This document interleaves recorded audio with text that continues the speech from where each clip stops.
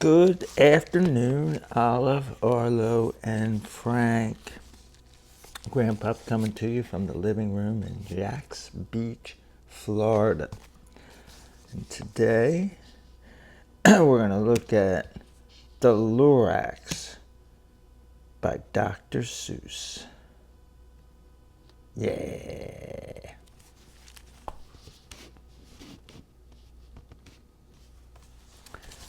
So this is, the book has this thing on the front of it.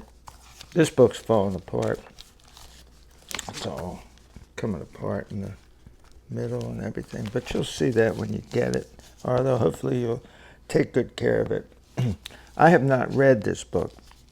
I put these slides together so I kind of know what the pictures are, but haven't really read it, so I don't know what it's about. So let's get this party started.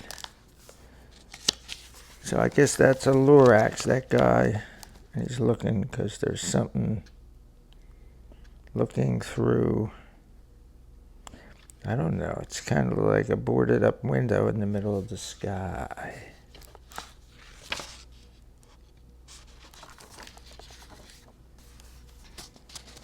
Yeah, that must be the Lorax. The guy's mustache kind of blends in with that tree. It's some sort of a palm tree. Got a cup of Joe here from one of my favorite breweries. Cup of Joe.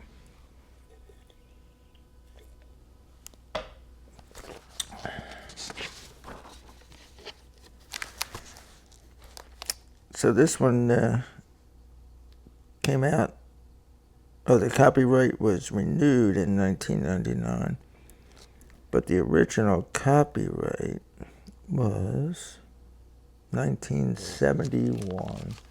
So I was 18 years old, or thereabouts. At the far end of town, where the grickle grass grows and the wind smells slow and sour when it blows, and no birds ever sing excepting old crows, is the street of the lifted Lorax.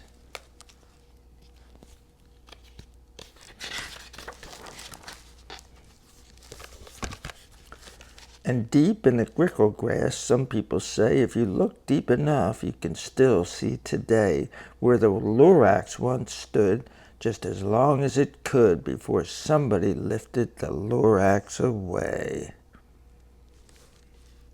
What was the Lorax, and why was it there? And why was it lifted and taken somewhere? From the far end of town where the grickle grass grows, the old Onceler still lives here. Ask him. He knows. So this must be where this guy lives here. The Onceler.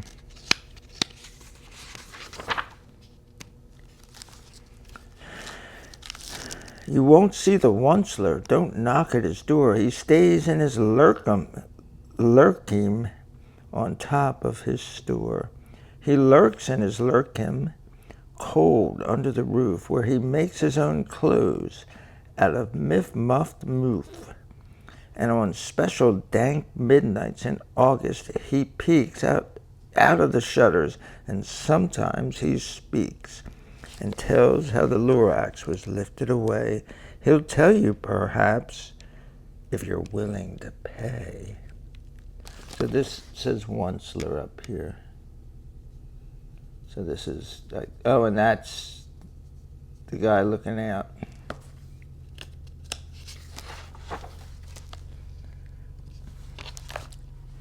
You wet my whistle a little here.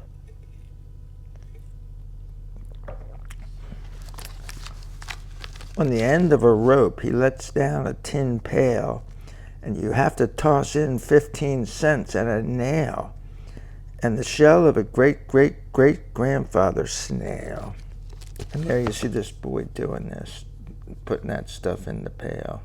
And then the Onceler's going to haul that up and decide if he's getting to stay there.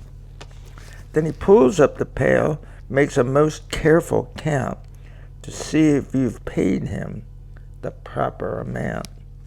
Then he hides what you paid him away in his snub, his secret strange hole in his groovulous glove. Then he grunts, I will call you by whisper my phone, for the secrets I tell are for your ears alone. So there's some sort of a secret phone that this dude's going to use, the Onceler.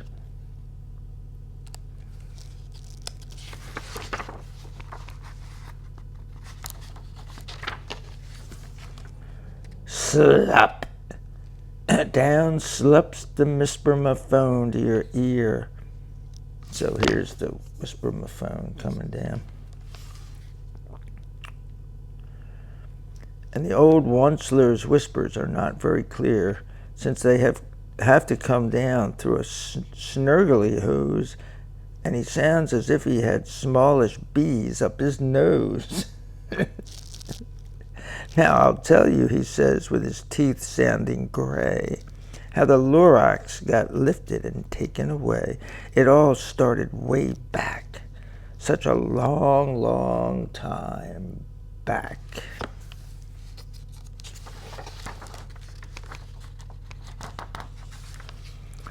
Way back in the days when the grass was still green and the pond was still wet and the clouds were still clean, and the song of the swami swans rang out in space.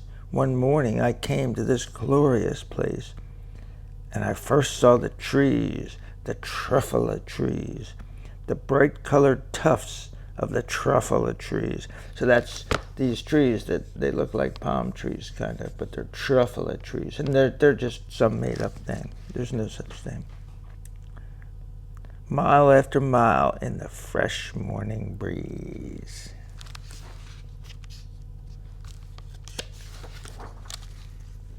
And under the trees, I saw brown barbaloots frisking about in their barbaloot suits as they played in the shade and they ate truffula fruits. So these barbalas here eat the fruit out of these truffula trees. From the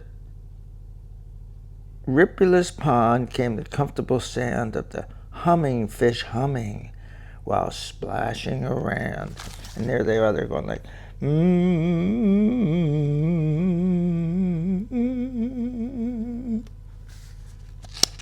At least that's what I think they sound like.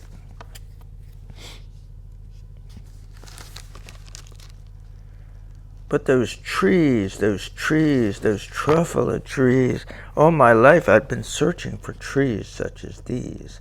The touch of their tufts was much softer than silk, and they had the sweet smell of fresh butterfly milk. Now, butterflies are insects. Only mammals give milk. Human beings are mammals, and that's why moms give milk. Whales are mammals. The females give milk.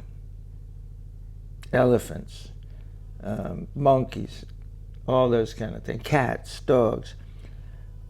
But the butterfly does not give milk. You can't milk a butterfly. First off, even if they had milk, you wouldn't be able to get a whole glass out of a butterfly. I felt a great leaping of joy in my heart. I knew just what I'd do.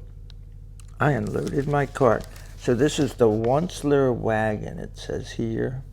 And then here's the Onceler. And we haven't seen this dude yet. I don't know if we ever get to see him. I guess we'll find out, won't we?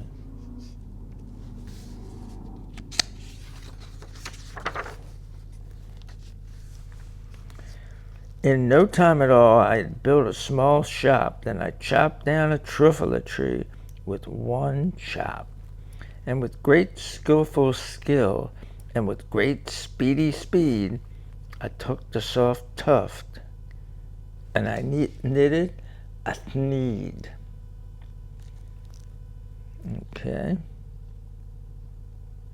Yeah, there he is. He's knitting. So this is the Onceler's, and I think it was the Onceler's wagon or something. What was it? Onceler wagon. So this is the thing that he's knitting. It's called a thneed. Not a sneed, a thneed. And there's the tree he chopped down.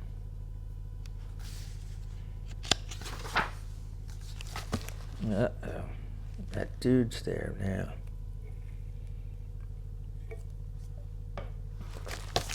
That dude is there. Look. There he is. The instant I'd finished, I heard a gazoomp. I looked. I saw something pop out of the stump. So this is the stump of the tree here. And this something is this. I saw something pop out of the stump of the tree I'd chopped down. It was sort of a man. To describe him? That's hard. I don't know if I can. He was shortish and oldish and brownish and mossy. And he spoke with a voice that was sharpish and bossy.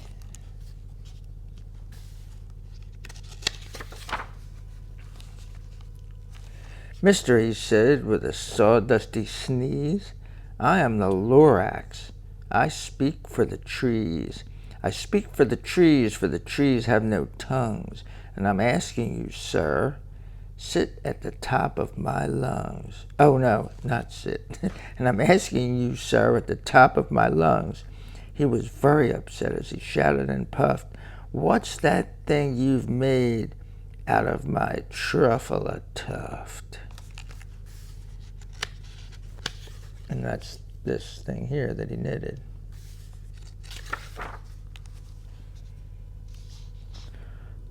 Look, Lorax, I said, there's no cause for alarm. I chopped just one tree. I am doing no harm. I'm being quite useful. This is a thneed. A thneed's a fine something that all people need. It's a shirt, it's a sock, it's a glove, it's a hat. But it has other uses. Yes, far beyond that. You can use it for carpets, for pillows, for sheets, or curtains or covers for bicycle seats. The Lorax said, sir, you are crazy with greed. There is no one on earth who would buy that fool thneed. Well, let's see who's right.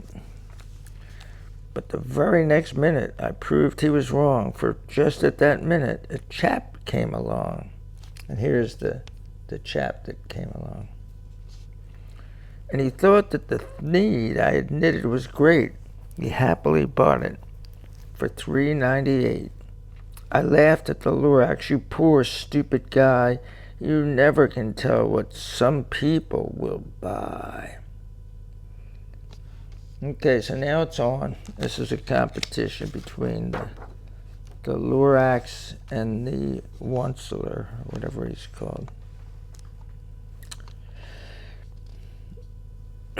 I repeat, cried the Lorax, I speak for the trees.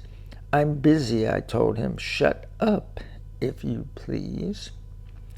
I rushed across the room and in no time at all built a radio phone. I put in a quick call.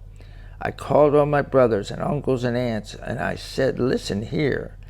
Here's a wonderful chance for the whole Onceler family to get mighty rich.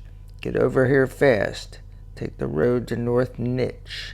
Turn left at Weehawken. And Weehawken is a real place in New Jersey. Sharp right at South Stitch. I've never heard of that. So he's calling, and this is an old-fashioned phone. Phones are way different now. Cell phones are way different than, that's called a landline. Boy, this cup of joe is good. It's got coffee in it. I'll probably be up all night.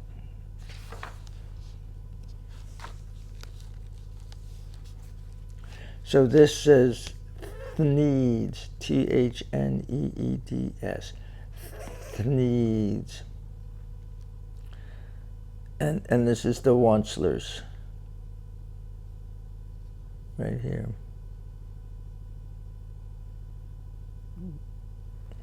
And at no time at all in the factory I built, the whole Onceler family was working full tilt. We were all knitting Thneeds, just as busy as bees, to the sound of the chopping of truffula trees. So now he goes from, oh, I just knocked one down, to he's got his whole family there. And you can see they're all working in there. They all have those green arms. They're bringing cartloads of these tufts in there, and they'll be making all kinds of stuff.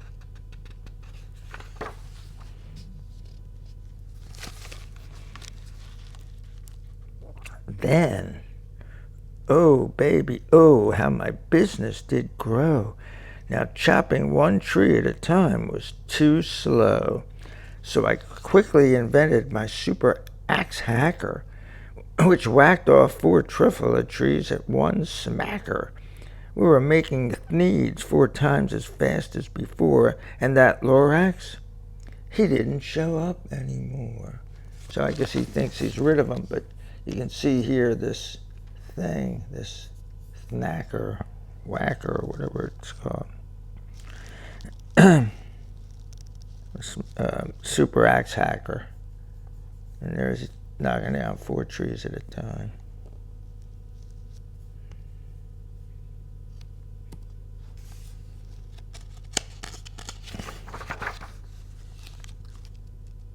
Uh-oh, look who's back. He's back.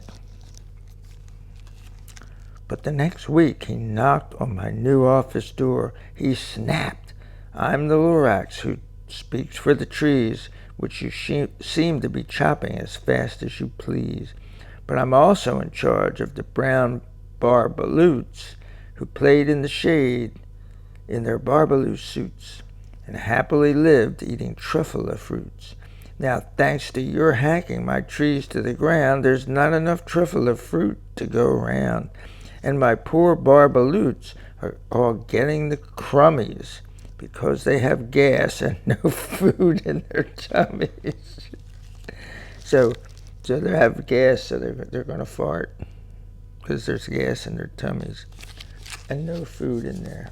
And your stomach growls when you're hungry. Because like, I'm hungry.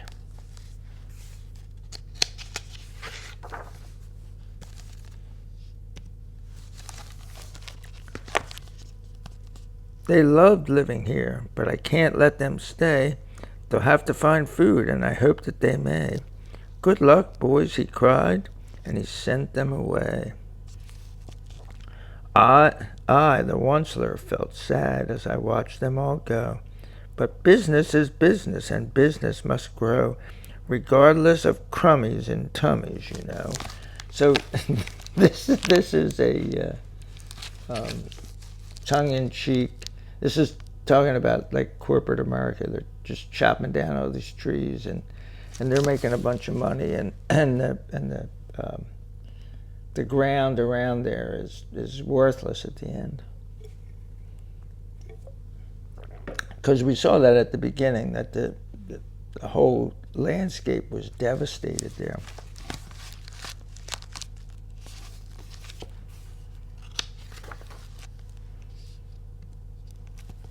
So now it's a giant factory, and they have all these trucks bringing stuff in. They're bringing the trees in. They're taking the Thneeds out.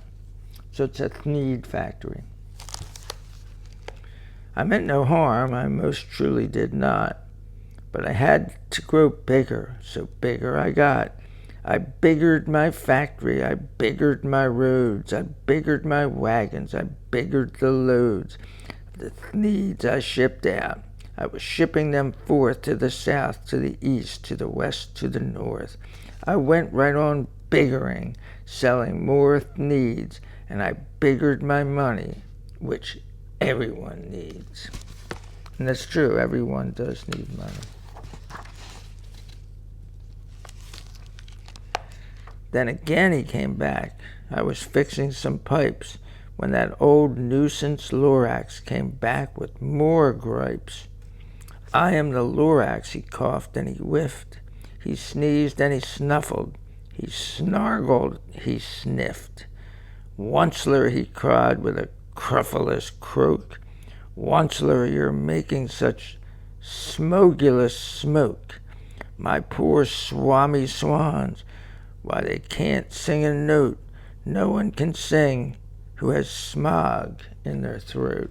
And so now we see, there's the chimneys, smokestacks, whatever, and there's all this smoke coming out. So these guys, these swami swannies, or whatever, swami swans, they can't sing their song anymore. Get smog in their throat.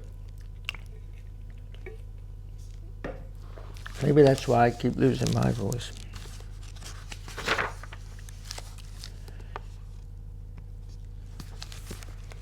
And so, said the Lorax, please pardon my cough. They cannot live here, so I'm sending them off. Where will they go? I don't hopefully know. They may have to fly for a month or a year to escape from the smog that you've smogged up around here. So this is the second group of creatures that can't live there anymore because of this Onceler guy and his family making all the needs out of the trees.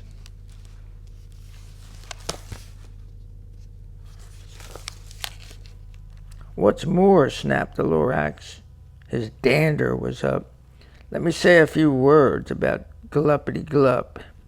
Your machinery chugs on day and night without stop, making gluppity-glup, also sloppity-slop.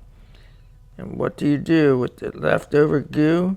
I'll show you, you dirty old Onceler man, you. So here's what he does, and he's bringing them in. We still haven't seen what he looks like. And so here's all the waste. And then it's just thinly veiled satire about industrial America. There it goes, going in the ocean, or going in the pond, or whatever it is here. You're glumping the pond where the humming fish hummed. No more can they hum, for their gills are all gummed. And the gills are those things that they breathe through on the sides of, it would be where they're, what you would call their neck, but it's really not a neck.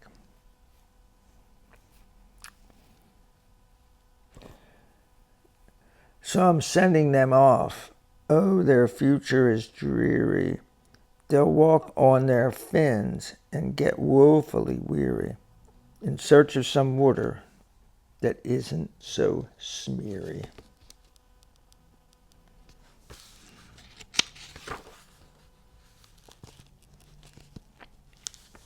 And then I got mad. I got terribly mad. I yelled at the Lorax, now listen here, Dad. I had an uncle that used to call me Daddy-O, Uncle John. What a cool guy. He was a great uncle. Hey, Daddy-O. All you do is yap, yap, and say bad, bad, bad, bad. Well, I have my rights, sir, and I'm telling you. I intend to go on doing just what I do. And for your information, you Lorax, I'm figuring on biggering and biggering and biggering and biggering turn more truffle trees into thneeds, which everyone needs. Yeah, I don't know if anybody needs. And at that very moment, we heard a loud whack. From outside in the fields came a sickening smack of an axe on a tree. Then we heard the tree fall, the very last truffle tree of them all. So that's what happens if you don't provide for nature, if you just come in and take things. You use up the resources. And that's what the Onceler has done. So that one with the tuft there, the pink tuft, that's the very last one.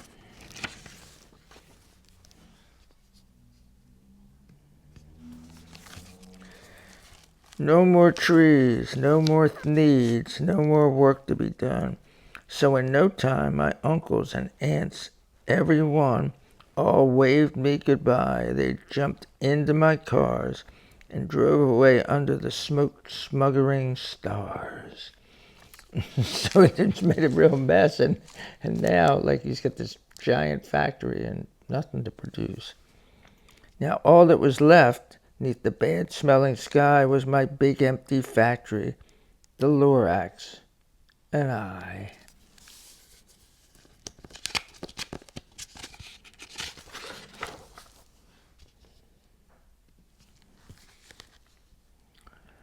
The Lorax said nothing, just gave me a glance, just gave me a very sad backward glance, as he lifted himself by the seat of his pants. And I'll never forget the grim look on his face when he hoisted himself and took leave of this place through a hole in the smog without leaving a trace. So somehow, so here's the Onceler here.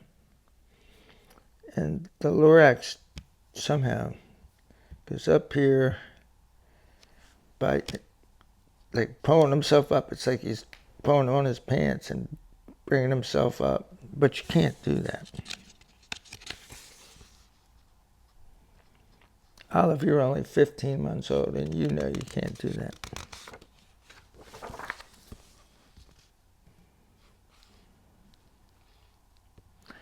And all that the Lorax left here in this mess was a small pile of rocks with the one word, unless.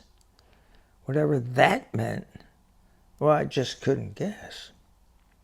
That was long, long ago, but it's each day since that day, I've sat here and worried away. Through the years, while my buildings have fallen apart, I've worried about it with all of my heart. And here, this is the thing that says unless.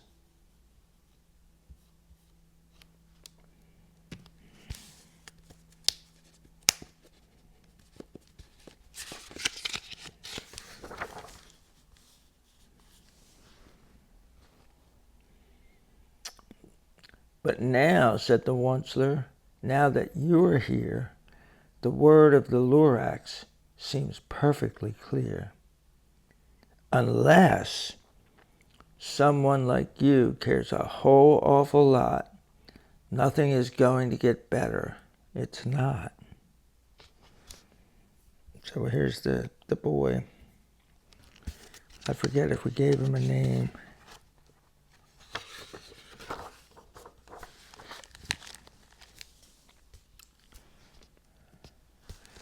So catch, calls the Onceler. He lets something fall. It's a truffle seed. It's the last one of all. You're in charge of the last of the truffle seeds, and the truffle trees are what everyone needs. So before they needed the needs, but you can't have needs unless you have truffle trees.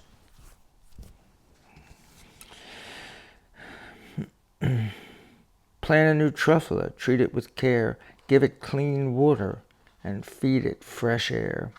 Grow a forest. Protect it from axes that hack. Then the Lorax and all of his friends may come back. Now, what most big companies that cut down trees are into is renewable resources. So you have a company like Weyerhaeuser, and Weyerhaeuser was the first company that I ever bought when I was young, very young. And one reason why I bought it is they had like millions of acres with trees on it. So they would cut trees down and make paper and sell the wood from the trees and all that kind of stuff. But they would come in and plant new trees. So